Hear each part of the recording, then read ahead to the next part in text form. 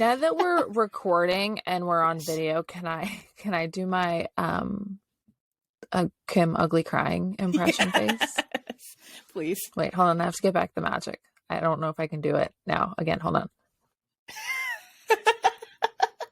Did I do it? I think, yeah. I think it's more like, I need to see a little bit more of your eyes because it's almost like she's like sneezing. There you go. There you go. Yeah, perfect. Okay, beautiful. Thank you. Oh my God. Kim, my people first are dying. acting coaching moment. You coached me in my acting, my face acting. Your face acting. My silent face acting. Mouth acting. I love her. I can't remember her name. Mary something. I've never paid attention to Keira Knightley's mouth more. Like, having social anxiety about going out. Not only the virus, but just like people. Yeah. But I also am like isolated and like lonely. Yeah. So I don't know what the solution is. It's like I want to go out, but then do I really want to be surrounded by people? Even if there wasn't a pandemic, would I want to be surrounded by people right now? Yeah. At like a drunk brunch or something? Ugh. Like, no. Yeah. I'd so it's like just go see a matinee movie with my 3 elderly female friends. Fabulously dressed elderly friends. Yes. I found my crew. I hope you guys see each other again and then you can become friends. And just, have These your little were weekly so date. Fabulous. One of them was wearing a leopard print tracksuit. Yes. But it wasn't like a sporty tracksuit. It was like one of those suits that, like, have you ever walked into like those stores where their target demographic is like a sensible, like middle-aged woman? Yes. Like the kind of stuff they sell, but sometimes they like the like they give you suit or whatever, or like the jacket, like trouser combo is like a funky print, like an animal print or something. So like that, and then like adorable sneakers. Cute. And like their hair, all 3 of them had their hair done, their makeup done, and they were talking about, how excited they were gonna see the movie House of Gucci, and they're just like, the fashion's gonna be great. Oh yeah, and that Lady Gaga, she's really something. And I'm just like, these are my people. Like, I was raised by a grandmother. I am in my soul a grandmother, like a fabulous older woman that just like tries waiting to emerge and is always cold, and everyone else is always cold, and like, yeah. This is making me think of it's making me think of Nick Miller in New Girl, where he's like excited to get older because he's like, my personality will finally match how I look on the outside. Yes, because he's always just been like a curmudgeon old man. Yeah, 100%. It's just like at some point we're just like ahead of our time. Yeah, and now we get to finally like match up. Yeah, that's how I know that I'm going to live until my 80s, because I feel like that's when I'm going to peak, and I feel like I can't die before I peak. So you have to reach your final form. Yeah. Yeah, I do. I'm the final boss. Yes. R.I.P. Betty White. I know. We didn't deserve you. Queen. I do like, I loved a lot of the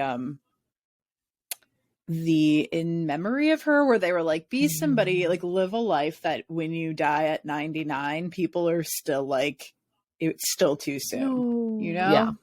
Like, we need more Betty Whites in the world. Yeah. No, I'm like sad. Like I feel like some people really just should be immortal. Yeah. Although I don't know why. I don't know why, but I just had this like fast forward vision, and maybe this could be like the subject of like a spoofy short film or something. I don't know. But I just like, what if there were select individuals in the world that were immortal, but we didn't know who they were necessarily? Okay. And then like fast forward to the end, like the planet is is destroyed. It's a post-apocalyptic wasteland. Mostly everyone's dead except for those few select immortal individuals. So could you imagine like God. Betty White, Keanu Reeves, and like Keanu Reeves, like Dwayne The Rock Johnson, like in a post-apocalyptic landscape? Oh, You know The Rock is immortal. Like, yeah, he's The Rock. He can never erode. I don't know why. That's no. It's adorable and I love it. I love it. That was such a dad joke, and this is the forum for that. This is the forum for that. I appreciate that. I know our audience does too. Oh man, I don't know what I was going to say because that was amazing. No, I love it. Please, more of those, please. If I can make a request, it's more dad jokes from Lex. Okay, I'll do my best. Please, oh my God, please. If I'm just gonna like listen, you guys, if there is ever a time to blow up our hotline, it is literally right now. Leave your voicemails of how badly you want Lex to do more dad jokes on this show, because if she's not peer pressured into it, she won't do it. And my voice alone is no longer enough. So please call the hotline and leave us a voicemail, 707-892-0401, and just be like, Lex, if you don't do a dad joke every episode, I'm going to stop listening. Wow. That, threaten her, but like, Jesus. like in that benign way and not in like a bodily harm way, obviously. I mean, because then I'll fight you. Thanks. I did see, I think it was on Instagram, an Instagram reel, TikTok, whatever. That was like, yeah, we all know about the mom friend, but what about the dad friend who like looks up directions before you even leave the house, make sure the door is locked like 5 times, watches old concerts during pre-games. Like, I didn't realize I was the dad friend. And I saw this and I was like, oh, shit. Okay. You are. All right. Thank you. You are. I've really. What an honor. I know. I was like, oh, damn. Okay. All right. I'll be I'm your dad now. I'm gonna say I feel like I'm happy we're getting the giggles in, because the conversation that we have with our guest on today's episode was, not to say it wasn't full of amazing emotions, but it was just so powerful. It was like one of those deep cuts. Yeah. That things were said, very important things were said, very important conversations were had, and the entire topic of what it is to be a woman in the entertainment space, whether it's theater or film or podcasting. And just like, I think podcasting is maybe a little bit more liberal, but like the traditional spaces of how it's very male dominated, and it's very hard within that culture to find your voice, have your voice, you know, build your reputation. Yeah. And it is, I do want to say, like, because we also discussed like just the struggle of existing as a woman in general in life. So this is a heavier episode. So do, like, you know, if you need to take a little bit of a break, do that. Like, we talk about some pretty heavy stuff. We have, you know, some laughs as well. But this, I think, was a more serious conversation about, you know, how do you use art as a way to reclaim your own story, reclaim the story of women, and reclaim the power that comes along with that. So today, on today's episode, we have Rahaleh on, who's the creator of Violent Femme, which I believe is a podcast that I recommended on this show before, and tells Violent Femme tells the history of women who've, not just their history, but also the violence that they have resorted to in order to protect themselves, to reclaim their power, to take back their space. It's rad as hell. I highly recommend you go give it a listen. But we talk a lot about that, of like how women in our society and throughout history, if you do resort to violent means, or if you resort to anything that is outside of what is societally expected of a woman, you are erased from history, and or you are not considered a hero. Whereas men can be very violent, they can be very cutthroat in society, and they're praised for that. Whereas women, you get remembered or you get praised if you were polite. But at the same time, like, that's not really, it's interesting because I'm like, I don't think that is actually, I think the more violent means get stripped away from people, from women. And so they're like turned into this demure figure when that's not the reality.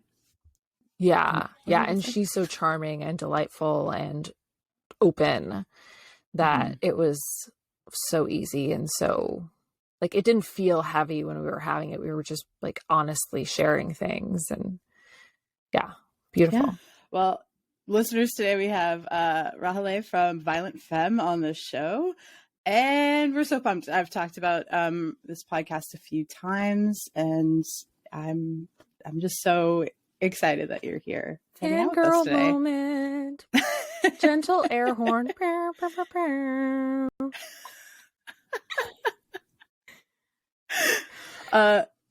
thank you for joining us. Okay, I mentioned this off camera, or off recording, off air. Thanks. Off air.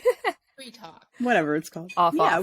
We chatted. So with Violent Femme, what sort of was the impetus for creating this podcast? And listeners, it's a historical podcast that talks about just badass women, and a lot of times some of the like more violent side of the history of women. And it is so cool, and I think it's such a refreshing look at the women's history. But so what was the inspiration behind it? I mean, I've been thinking about doing something like this for so long. I mean, the inspiration for it is actually so many different things, or like it's changed over the years.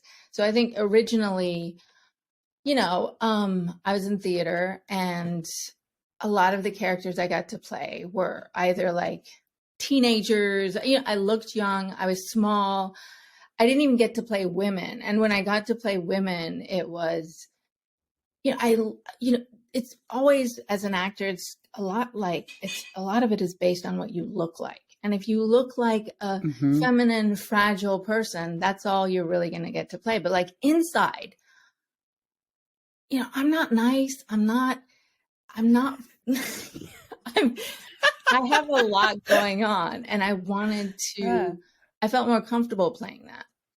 And so I wanted to create maybe a one-woman show with like different women from around the world. And I'm kind of international. I speak different languages, and I immigrated to this country. So I wanted to play different characters. And it was just for acting purposes, just to get to play different characters, play a character or characters that were more in line with how I felt inside. And this was, I don't know, like maybe 15 years ago when I had this idea. And then it was just set aside because I was doing different shows. I was acting, directing, and then, then writing. And then when the pandemic hit, then I had a kid. So then I didn't do a lot of things at all. And when I was like ready to sort of get back into my life, get back into doing some of the things that I loved again, I had written a new play. I had just done a reading of that. And I was thinking about, putting this together again. And then the pandemic hit. And I think I'd been thinking about podcasting, or I liked that format or that medium a lot. And I thought about it, and I thought, okay, why don't I try doing that? And in the meantime, a lot of just the things that inspire me and motivate me have changed. I don't actually, it's not about wanting to play different characters. In fact, I didn't think I would play them. It was just that I didn't have anybody else. I didn't have the budget to have anybody else. It's more about how I feel about women in the world and how far we have not come. Because, you know, the things that, incidences that happen, the things that we're still fighting for, it just seems ludicrous to me sometimes. And I thought maybe there is something that we're doing wrong. I mean, I don't think we're doing anything wrong, but in order to change it, maybe there are different stories that we need to tell. And one of the things that is close to me was that I thought men got all these heroic stories in which they could be assholes. Can I use bad language? Oh, of course. Yes, of course. Absolutely. Encouraged. Just awful people. And then they get redemption. They do something great and they can be redeemed, and then they can be heroes. They can have statues built to them, everything. But women, we don't have those stories. We don't get those stories, partly because men wrote the stories and they didn't want us to be heroes. And then another reason is that, you know, we're just supposed to be saints. We cannot make mistakes. We cannot. And if we make a mistake, we don't get to be heroes anymore. And part of the reason that it was close to me goes back to the original reason that I told you, is that I was an asshole. Like when I was, not always, but, you know, I was demanding. Like I directed a lot of theater. I was upset a lot of times because I didn't get the same leeway that male directors got. Like if you know, exploded in a rehearsal, it was a big deal. Everybody was mad at me. My cast was mad at me. But if a male director did it, he was a genius. So that was, I thought, how can we get to a place where we can get women in positions of power? And because the other thing is that getting to a place of power also takes a lot of mistakes, and sometimes doing brutal things, sometimes doing illegal things. Like a lot of the people you see in the highest positions globally didn't get there by being Mother Teresa. So correct. So it's a lot of those. And, you know, my art form was theater, but I don't think of myself as an artist really. Like I'm an artist, but I'm also very, very motivated by politics. You know, I immigrated to this country because there was a revolution in my country. And so all of that is a part of me. And I can't make art that is not political sometimes. Like most of the theater that I did was either political or classical. And when it's classical, it's also political. So. Yeah. Sorry. Whenever somebody is like, stop making political movies, or especially with like superhero films, and people are like, oh, they're making it political. I'm like, comic books are inherently political. They're propaganda in some cases, and also an act of rebellion. And like most art, whenever art isn't political, I'm like, are you sure? Are you sure? Like, have you guys seen, it just came out, but Don't Look Up, that powerhouse movie with Adam McKay. That is, a lot of that is what you're talking about these people in power. And it was a satire, but I mean, who watching it didn't see the parallels of reality in it? And it's literally like all of these people that are in positions of power are playing this game that the average person doesn't know the rules to or doesn't have access to. No. And that's just the world we live in. Yeah, I feel like they've told women that, you know, these are the set of rules you have to live by, but we're not going to live by that. And there are certain women who get to play by different rules, but like, I just feel like we're not on the same playing field. And I want to figure out how to, just looking at the problem from a unique perspective and maybe getting a different outcome, because what we're doing is not working. We haven't gotten as far as we need to get. I think, and I'm very hesitant to say this because it might come off wrong, but you know, I love what happened with the Me Too movement. I love holding people accountable. I love being able to like take down people who need to be taken down. Mm-hmm. But we also need to be telling, because those stories are all based on us being victims, and we can't be heroes. Mm-hmm. We can't be put in Mm-hmm. place of power if we don't get to be heroes, because nobody wants us. Who wants to put you in a position of power if you are seen as a victim? They don't. They won't Mm-hmm. do it. Yeah, and it goes back to what you were saying of, men are allowed to exist. Just exist as they are. Mm-hmm. And women Mm-hmm. aren't allowed to be complex. We're not allowed, like, you take 100 men, all different backgrounds, all different appearances, and they're allowed to just be who they are and exist, skinny, fat, short, tall, and maybe they get teased, but women, it's like you have to be this size, you have to have this nurturing motherly side, you have to, like, even the complexities, quote unquote, that we're being painted with, it's almost like we're more complex than this one-dimensional character you give us, or these one-dimensional stories. And it's like, okay, we'll give you more dimensions, or we'll give you more complexity, but those dimensions are still flat and still like very specific molds. And so we're not allowed to just be individuals like our male counterparts are. Definitely. And you Yeah. feel that. And I think, that's what motivates a lot of art. But then our art is often rejected because the final say is a Mm-hmm. male perspective. So it's been rejected. Like Mm-hmm. I bawl when I see heroes. I'll never forget this. The movie Gravity. Mm-hmm.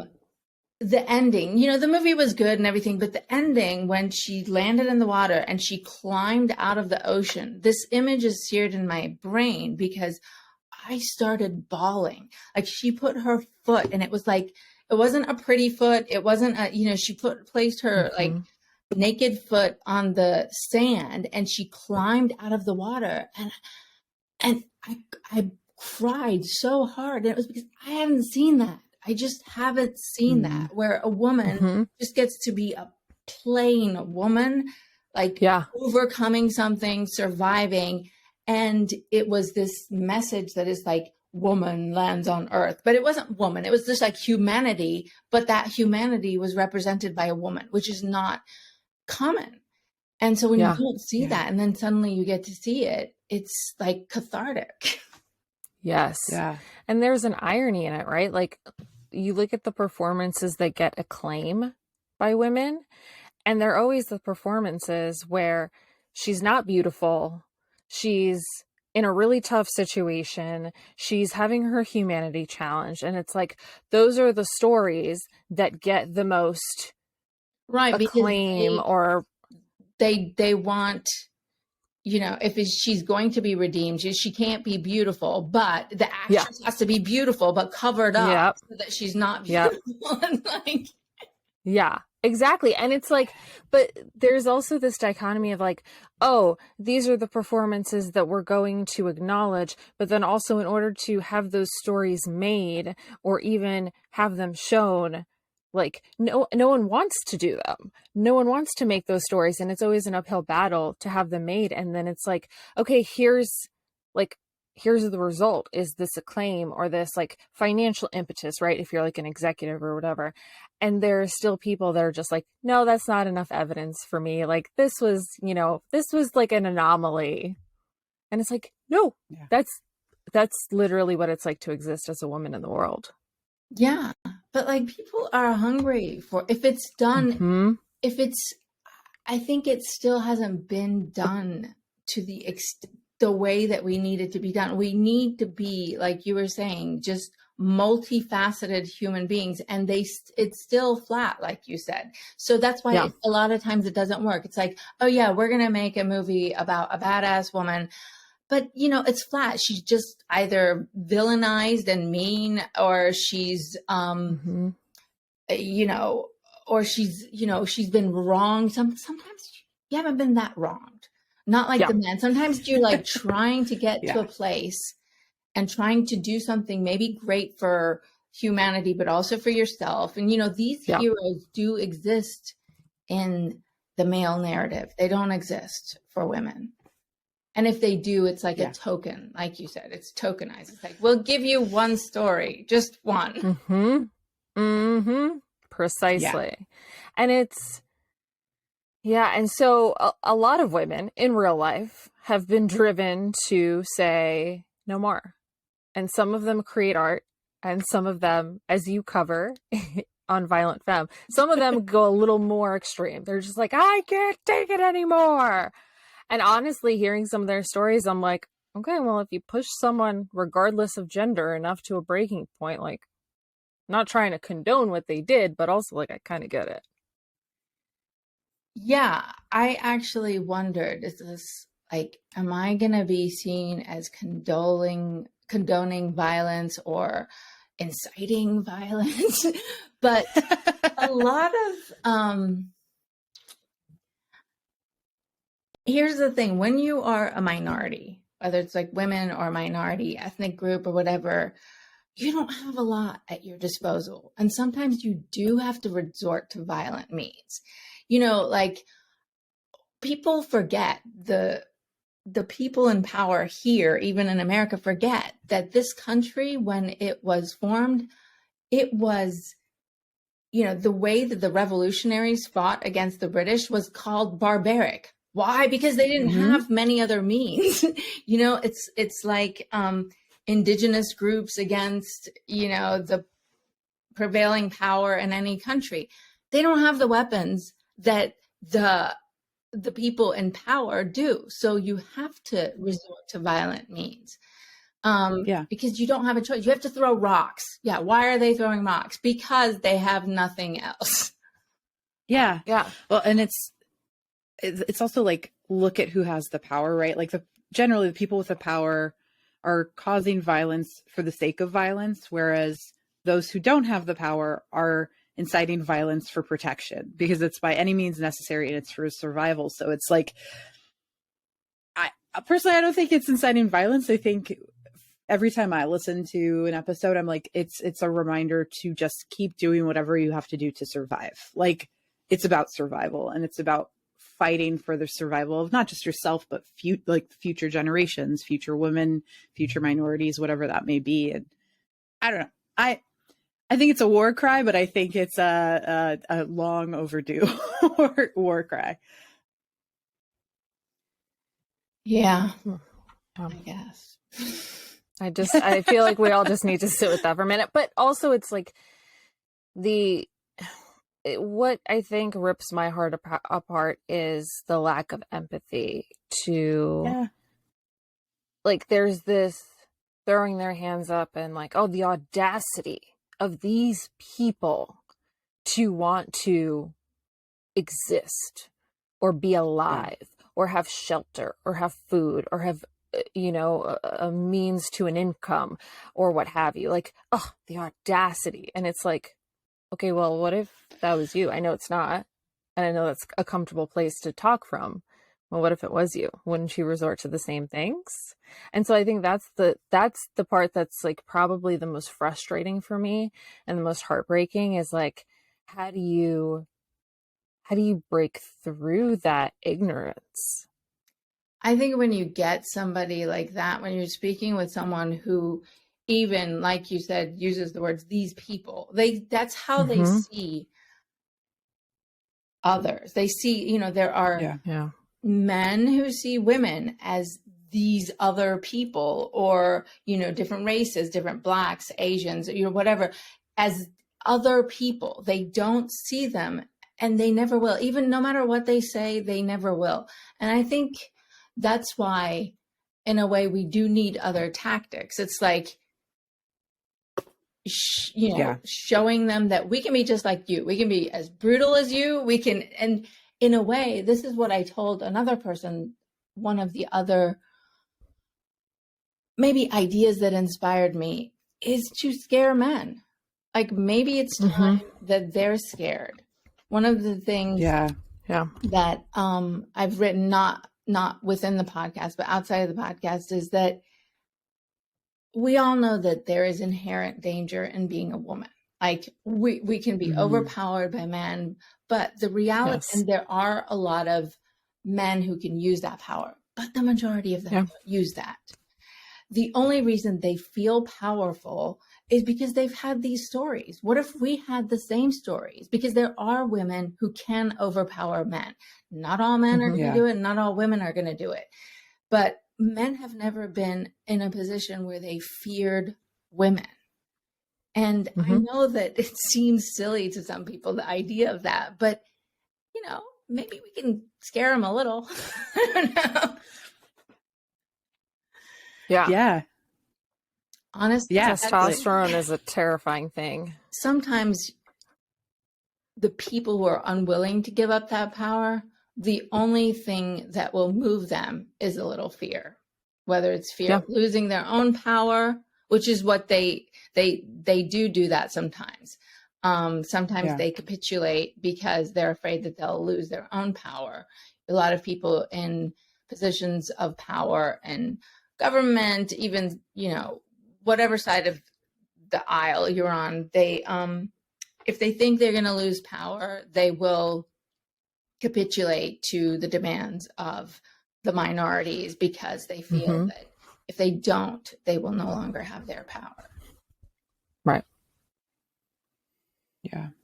This is so what can we do? A political discussion. That's okay. That's okay. That's okay. I mean, I think it's become I think it's just a discussion of, you know, three women talking about what we've had to face, what a lot of women have had to face in our country and maybe in the world at large. And I agree with you. I mean, there's this continuous, our superpower is our feminine energy, but also we need to play the game the way that the rules have been laid out in order to get in the room. And so it's like, what do we do? How do we do it? Because you're right, what we've been doing, it's worked to a point, but I don't think any of us are satisfied with where we are. Happy with where we've come, but again, very slow, very little progress considering the history of it. Yeah. In some ways, we need something that is jolting to like get us, you know, we need to actually shoot for overcorrection. We won't ever get overcorrection, but that's kind of where I come from. It's like, I'm just tired and I'm just going to express how I feel. And if you don't like it, that's okay. I know that you let men express themselves this way, but I'm not allowed to because I'm little, I'm a foreigner, I'm a whatever. But I'm going to do it and then you can deal with it. I mean, I think in a lot of ways, I've always done that. But I've been punished for it.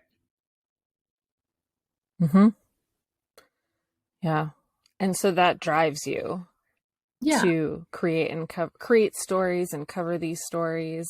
Is there anything else? Like, say you're conceptualizing an episode of Violent Femme, like what goes into something like that? A lot of research first. You know, I read everything I can. And then the other thing that motivates me is storytelling. I'm a storyteller. I love to tell stories. I like poetry and politics. I want to tell the story the best way that I can. And so for me, I feel like I'm creating a mini movie, like that's something that will have a real, as good a structure as I can create, and, you know, have the twists and turns and, you know, have the family relationships that really drive stories. You know, people watch things not because of the politics, because that kind of ends up, if you just focus on that, it sounds like you're lecturing someone. Nobody's going to listen to that. So for me, I want to tell a good story, and that has to do with a good plot, and more than that, you know, really interesting relationships. And so I try to find that in the actual history And when I said that it's like a mini movie, if it's something like Tumrus, which is my first episode, which is from like the 6th century BC, you know, I don't have a lot of I can create whatever I want. I'm creating a movie, like, so, you know, there's invented dialogue, there's, you know, anything, even if Hollywood is making a movie from 1980s, about Reagan, let's say, there's still invented dialogue. So, yeah, I mean, what motivates me is telling a good story and something that other people will connect and also be inspired by. I love good stories. I cry so easily. Like, I'll cry, but mostly when I cry, I don't cry when somebody's like, you know, woe is me, if is like self-pitying. I cry when there is like a heroic moment. So what motivates me is seeing that, but in characters that I can relate to. That's why I choose women from around the world. So you know, I have always felt like a foreigner, and I'm an American. I've been here for like 40 years. But I still feel like I'm treated like a foreigner. I don't look very foreign, but you know, I have a very foreign name. And it's funny because that triggers people immediately. Like, they can meet me, and as soon as and they're like talking to me like I'm normal or like them, and then as soon as I say my name, they're like, whoa, didn't expect that. Or if they've only seen my name and then I show up, they're expecting somebody completely different. So, so I don't know why I went off on that tangent, but yeah, I want to see characters like me, people who have a lot of fire in them, who are fighting. I'm a fighter. I don't know that. It's funny because I don't think my nature, my original nature, was a fighter, but because we left the country and it was revolution, I had to grow up, you know, being picked on, being called a terrorist, being called, you know, I ended up having to fight a lot over and over again. And then, you know, within whatever career I chose, I always had to fight. And I've done different things. I actually started off in the press office of the French embassy because I speak French. And my first job out of college was there. And then I decided to quit and go into the theater. And then in the theater, I was acting, and there I had to fight because, you know, there weren't any roles for a Middle Eastern girl. And I didn't ever actually play those roles in theater, but it was still a battle trying to make people understand that I could play, you know, the same girls that the other girls played. And then being a director, like, that was probably the hardest because a lot of times, you know, like, you've been in theater, a lot of times the cast is all male, and I've had all male cast. I've had a cast of middle-aged men, and trying to have them allow me my authority was difficult. Like, I remember being in a room where I've got like 4 middle-aged men and the playwright, who was also male, who was actually great. Because sometimes when he was in the room, the actors would, if I asked them to do something and they were hesitant or disagreed or whatever, they would turn to the playwright and say, "What do you think?" And Moti, he would always say, "No, I think you should listen to whatever Rahaleh says." So, you know, these people, what I have found hard in my life is that the people like him, this playwright, there's so few of them because men usually don't do that. They don't. They don't look at. They have so much ego. I don't mean to bash men, but like, their egos often don't allow them to state what is fair in any situation.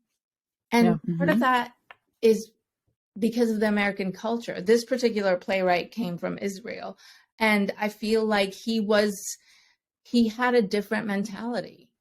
And American fellow actors in the room, you know, people I had worked with on productions as actors, they just didn't have the same mentality, even though, you know, we're talking about people in theater, liberals, you know, like, it's so frustrating to me. And it's always been even more infuriating being in the artistic world and being treated the same way that I saw people like in the corporate world being treated. It's just masked a little better. Yeah. Yeah. It's almost like there's a softer edge in a way, but the edge is still lethal. It's still right there. It's just like you put a sock over it or something. And it's like, no, you're still garbage. Because they're not, a lot of times they're not like disempowering you on purpose or, I remember, I don't know if you know the playwright Ariel Dorfman.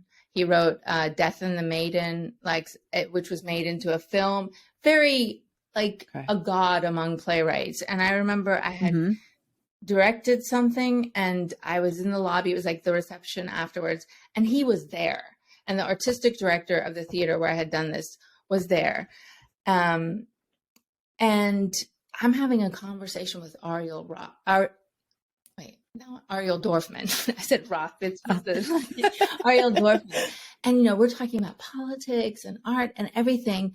And then my artistic director who hired me, who, you know, I had just directed a show with, comes over and he goes, and Ariel Dorfman started saying something. And then my artistic director goes, isn't she a knockout? Like, it just takes you down. It's meant, it seems like it's a compliment, but it's not. It just actually takes the wind out of you. Yeah. Well, because it minimizes you. It minimizes you like, to. I didn't just do all of these other things, and I'm not having a fantastic conversation. That like what matters is what I look like. Yeah, and you're like, that's not. What does that have to do with anything in that situation? I don't think I did anything. I don't think I did anything. Yeah, because you're not expecting it. Like, I always get so frustrated when I hear people say like, oh, well, you should have said, you should have done, you should have. And it's like, in that moment, I did it's like you're, yeah. You know, this same person did something else later and that was similar, you know, he hired me and then said something. and at that point you're like, I already had this in my back pocket. In conversations everywhere else, I said, you know what he said? And they were like, what? Yeah. I just started, you know. I think that first time though, with anybody, it's like, it's so shocking. And right. And it's also hard to know that it was detrimental to you. Like, because outwardly, it sounded like a compliment, right? It's so hard to come back at that. Yeah. Yeah. Well, because in the moments when I've had stuff like that happen, it's like, for me at least, it was, I had tried so hard to prove how smart I was, how capable I was. Like, you fight so hard to prove your worth, and then when they minimize you to your looks, it's like, did none of that other shit matter? Like, why was I hired in the first place? Like, why? It almost feels like everything that you fought for isn't worth it, and a lot of times you're fighting even harder to prove your worth. So it just, for me at least, it just shrinks me down so fast. So it's meant to. PSA, don't do that. Unconsciously, they mean to shrink you down. They just, on the surface though, they don't know that they're doing it in a lot of ways. Yeah. But it's meant to do that.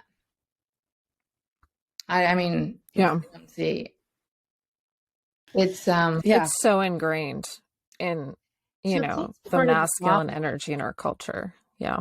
That is part of the problem. I think part of the problem is that it's ingrained, is that women perpetuate it because we don't say anything, or we, you know, it's hard. We do want to look good. Like, I hate to say it. We do want to look good. So when they come, it's like, even though it feels horrible in that moment, you don't know why it felt so horrible sometimes immediately. And then we also have, you know, men are raised by women most of the time. And I have a son. I have a 6-year-old son. And I am realizing now, even though I'm fighting for all these things, it's so hard because in a way, you need to be willing to crush your son.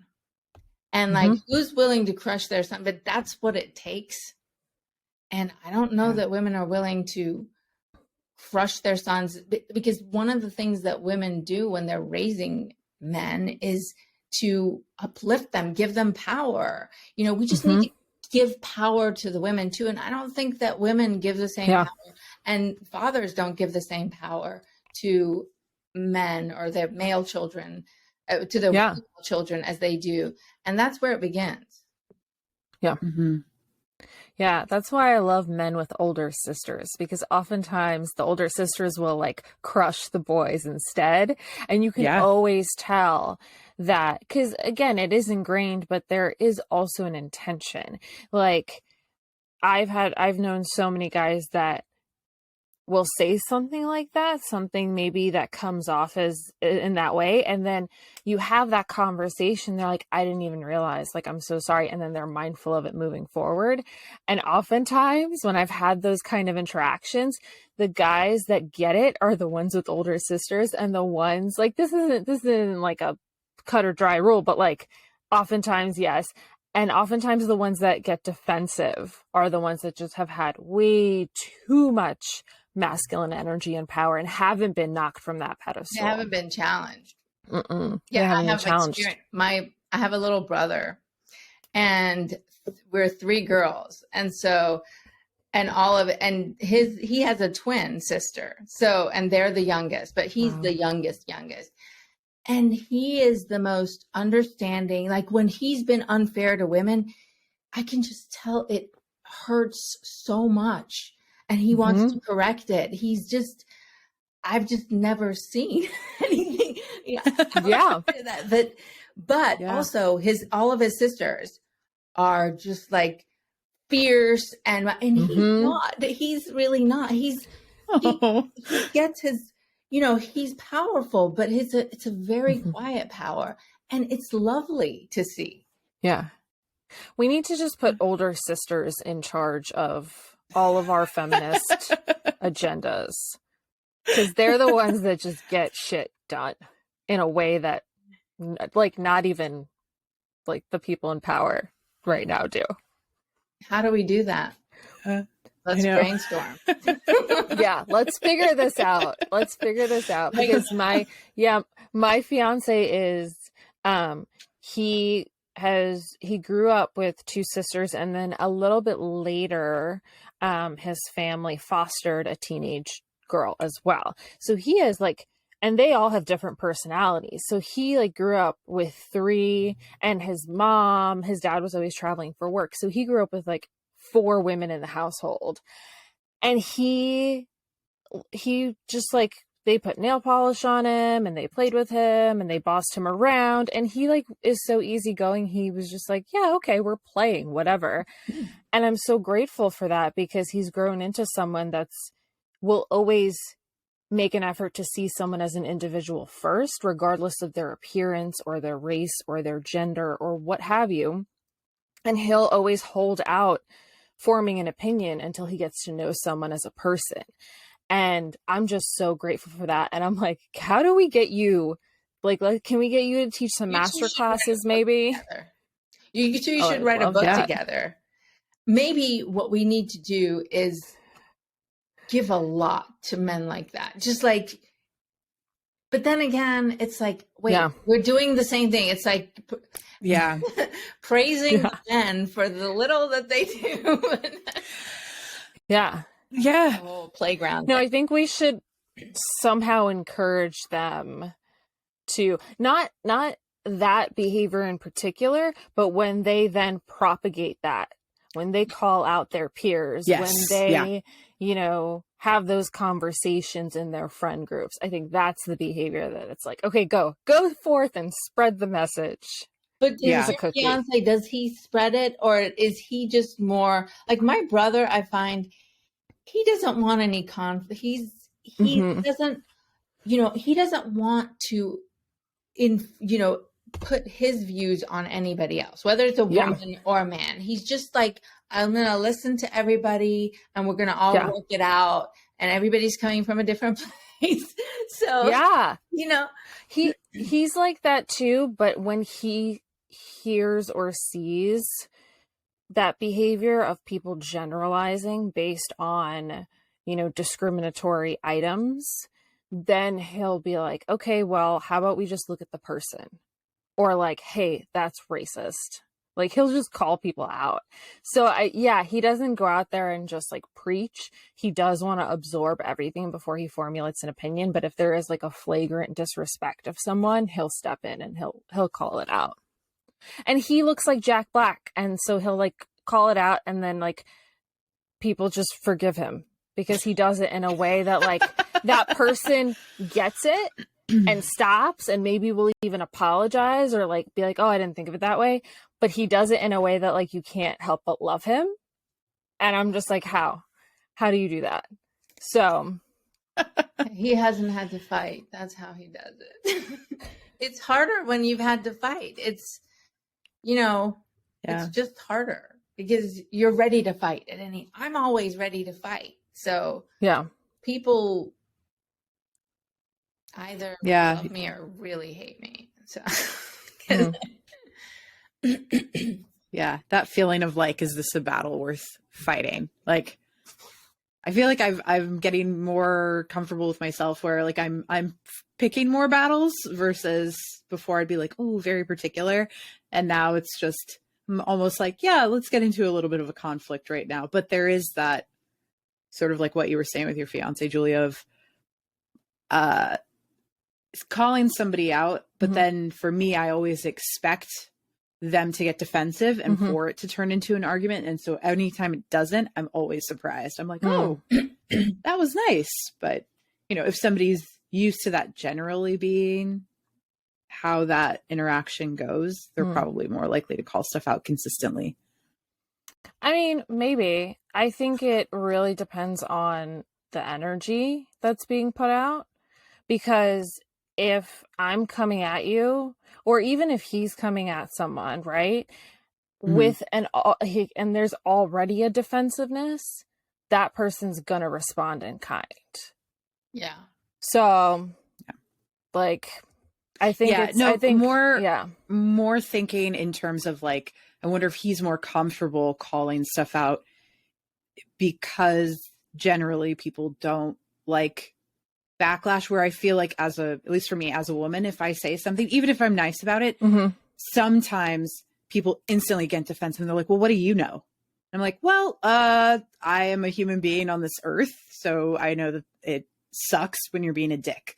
Like people, I've had it more with family where they'll get defensive and they're like, well, what do you know? And I think one, it was my age at the time, but also like, oh, well, you're just a simple woman. And now I'm like, maybe you're being an asshole. Like I think I've grown into being a little bit more prepared for that. I don't know.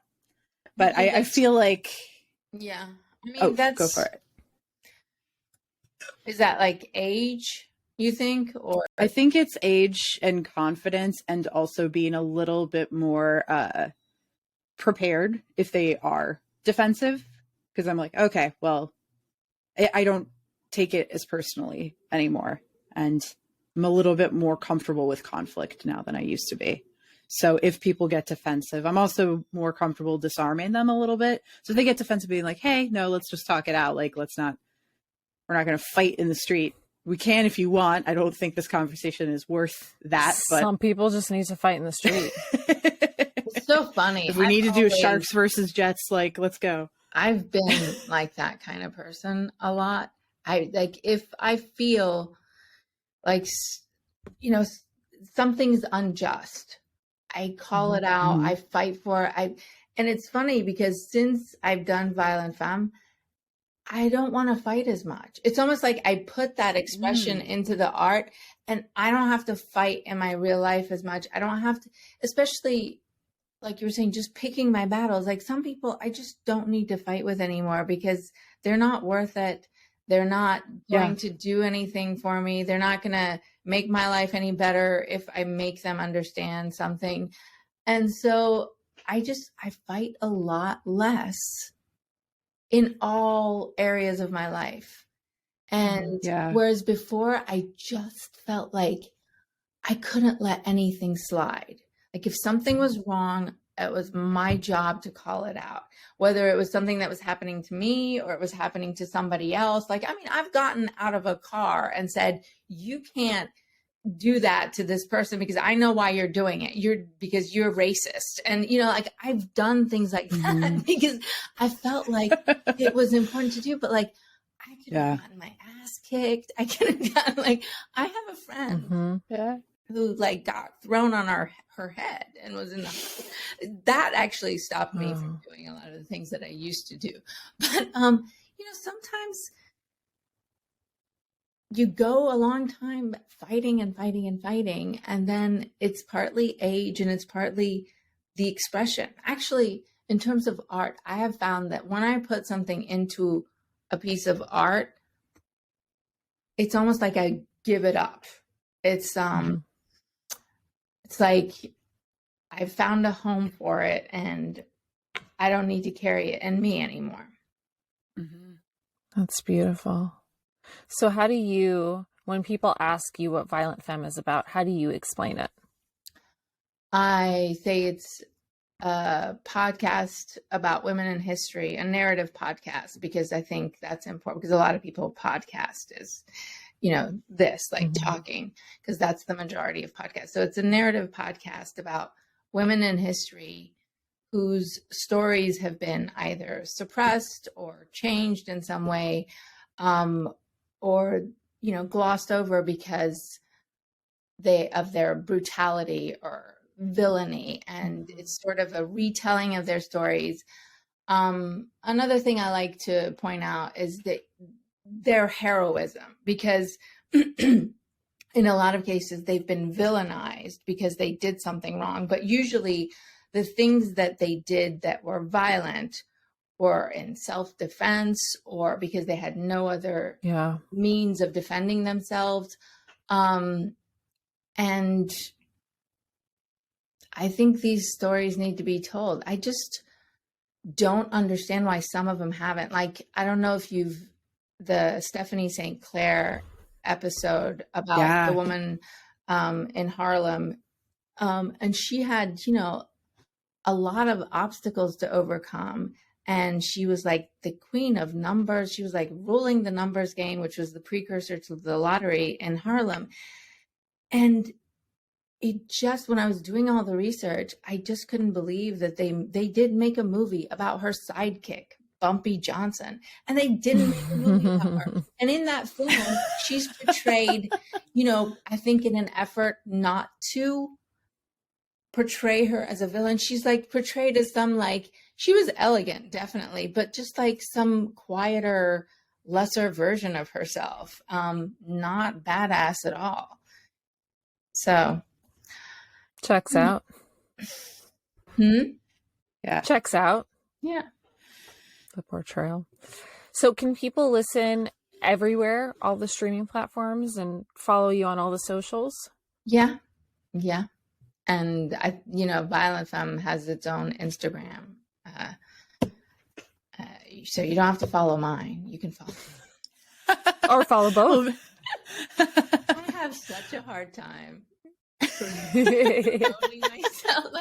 It's the worst part of making any art, I think. And it's not one that I find easy to do at all. Yeah. Yeah. Well, we'll be sure to put Violent Femme's Instagram in the show notes, so we'll help promote you because I know that struggle of hey guys, I'm in a show. If you don't have access, it's on all the podcast services platforms. Wonderful. But if you can't get it somehow, I've had people in other countries that I don't think have access to it, just access it on the website. Perfect. Great. We'll put that in the show notes as well for you too.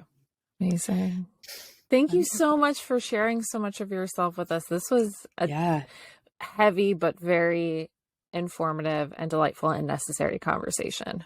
It was heavy, but it was fun. I thoroughly enjoyed meeting you guys. And we're back. You just let out the giggle, Julia. We've been trying to do this outro for a while, and we've spiraled, everybody.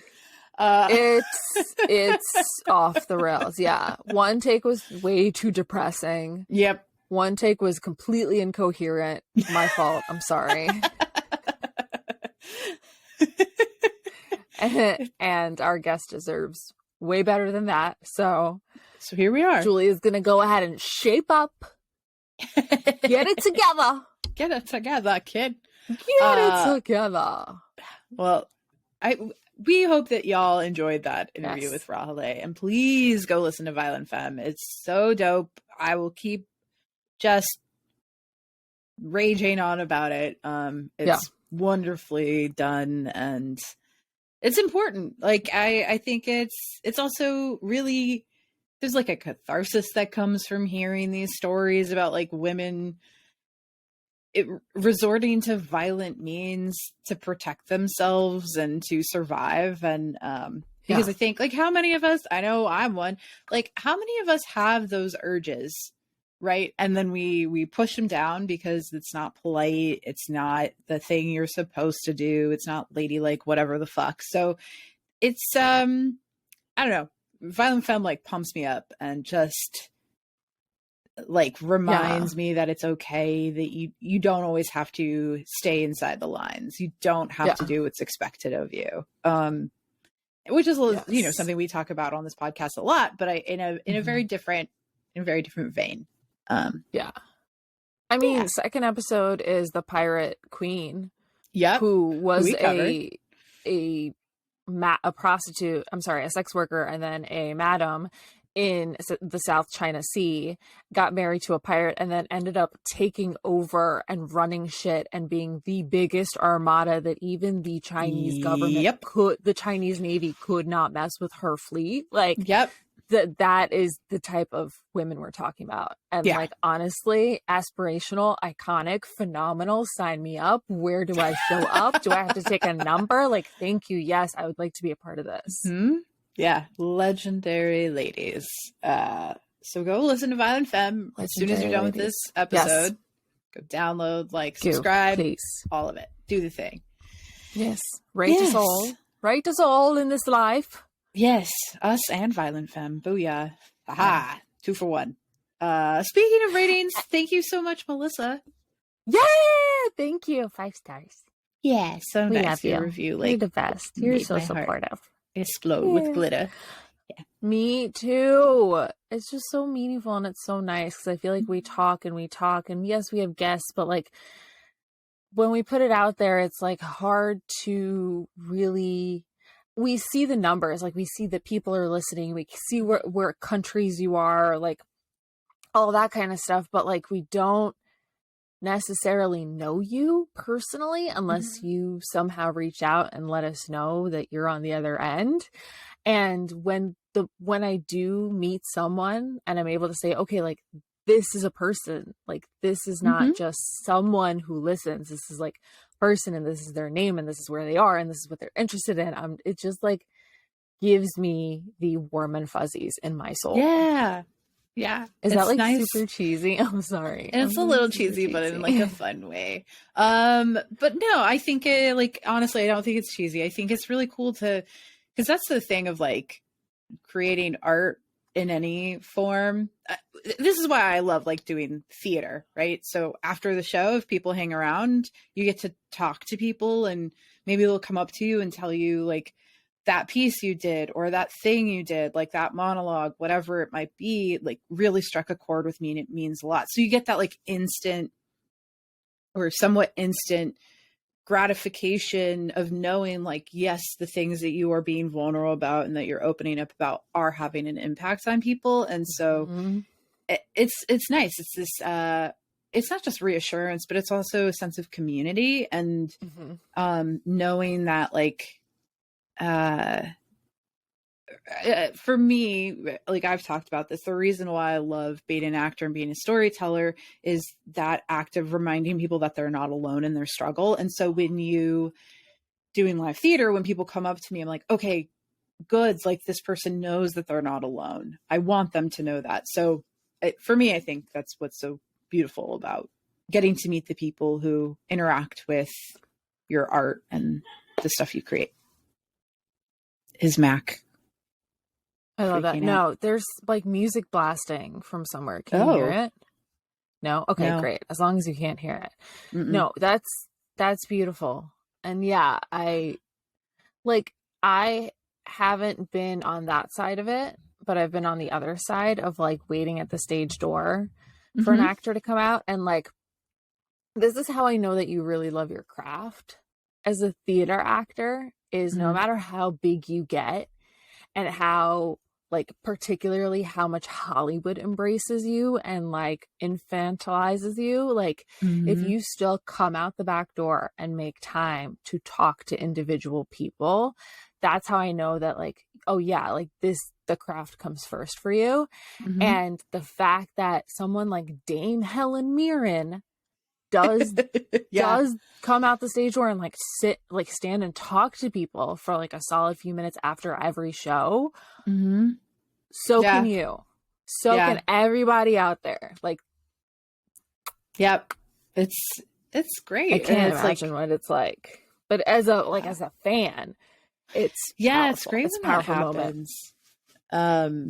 We got to meet very quickly David Tennant when I saw him do Richard the Third. I can't remember, but at the Royal Shakespeare Company, one of the dicks in the UK, he came out. He chatted with people for a little bit, and it's really cool. It's lovely getting to know that, like you were saying, that for a lot of people the craft comes first. And I also think like, and I will say like, don't interrupt people if they're having dinner or anything like that. But I think even when people reach a certain level, I would imagine you almost get more insecure at a certain point because now you're maybe surrounded by a bunch of yes men, right? Like you don't, so you kind of, I would imagine it's very easy to suddenly feel like, is what I'm doing, does it still matter? Does it still affect people? And doing things like going to the stage doors is a good way to know. There is a podcast, speaking of David Tennant, he has done a podcast for a couple of years. Man. I know. Sorry. I think it's just called David Tennant Does a Podcast With, and then he's done a couple of interviews. I think I sent you the one with Neil Gaiman, but he has one with Dame Judi Dench, and she talks about how to this day she still gets stage fright and is still sort of like, am I doing this right? And she's fucking legendary. And he asked her at one point, like, is there an actor that makes you nervous that you've ever met that you were like really starstruck by? And she was like, oh, Meryl Streep. And he was like, what? And she was like, oh, I think she's wonderful. And he's like, I bet Meryl feels the same way about you. And she was like, oh no, I don't think so. Like, so in her own head, and it like never really goes away, but I don't know, just knowing that like, it doesn't matter how big you get, you still go through that.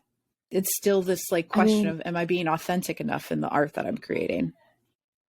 On the one hand, that's hopeful for someone like us, people like us that are aspiring to practice a craft in the arts. But the idea of being someone who is at that age and still overthinking sounds horrifying to me. Yeah. Like I'm in therapy to stop overthinking. Yeah. Well, and that's the thing, like maybe whatever strategies she has to go through it, maybe she doesn't have them, because he does ask like, how do you get over stage fright? And she's like, oh, I don't. I just do it and hope it it's okay. And, you know, that might be, I know there are a lot of actors who are like, oh, that nervous energy, I love it, I love it, I love it. So I think it depends, because then I will say Catherine Tate, who is like fucking iconic to me, she has another there's another episode with her, and she kind of has more of a different take on it, where she was like, oh no, I got into comedy because I knew I was funny, like I know I'm funny, and she just has this like confidence about it. And she, you know, she goes a little bit more into some insecurities as well, but it's just fascinating to me how different artists kind of view the craft and how it impacts them. But there is this, at least with the guests that I've listened to on his podcast, there's a lot of them who are like, there's always sort of that insecurity. And you will kind of always go, am I doing this right? Because it's just, you know, that's part of life. With the episode with Neil Gaiman, David asked him, do you ever wonder if like the power of writing has left you? Like if you've forgotten how to do it? And Neil's response was, oh, every day, every single day. And it, but like what he talks about is he's done it so much that he knows the like tactical steps to take to get it done and to get back into it. And then the creativity finds itself. And I think it's the same for any creative. Anyway, I could talk about that podcast all day. It's so good. So highly recommend if you're like, I'm in a creative funk. We should do an episode, like a you and me episode on like creative processes. Oh, I'd be super down. Or maybe even bringing people and do a roundtable series on it. Yeah, that would be wonderful. Yeah. Could bring some of our previous guests back. Okay, let's put a pin in that. Bring some of our previous guests back and like throw them together. Oh, well, so one of the things that I still need to message her, but like you and I'm going to edit this out, but we've been talking about bringing Nikki back so that way we could talk to her about the process of writing her book. That could be kind of like one of the things that sets off that conversation or that series. Yeah. Because I think that's 100. Important to talk about. Like, what's your creative process? And then we should make a list of people, like all of our guests, and then see which ones would be the most fun. Not necessarily the ones that traditionally seem like they'd go together, but like the ones that would just be more fun energetically to throw together. And then just like have a series of like, what's your process? And maybe we like that's like an episode a month for, that'd be fun. Like, I don't know, 3-4 episodes. Yeah. That would be super dope. Ooh, I like that. Ooh, I like that. We need to just hold ourselves honest. Hold ourselves accountable to this. You have to hold me accountable because I'll deprioritize it in my mind for some reason. No, we will hold both of us ourselves accountable. Fantastic. Like, I appreciate that. Yeah. Yeah. Well, you're gonna have a lot of fun stuff to cut. That's fine. I'll whittle it down. This 50-minute intro, outro. That's fine. Thank you for listening. Yes. Dear listener, thank you for listening and being here with us. We hope you enjoy this episode. Yes. Bye. Bye.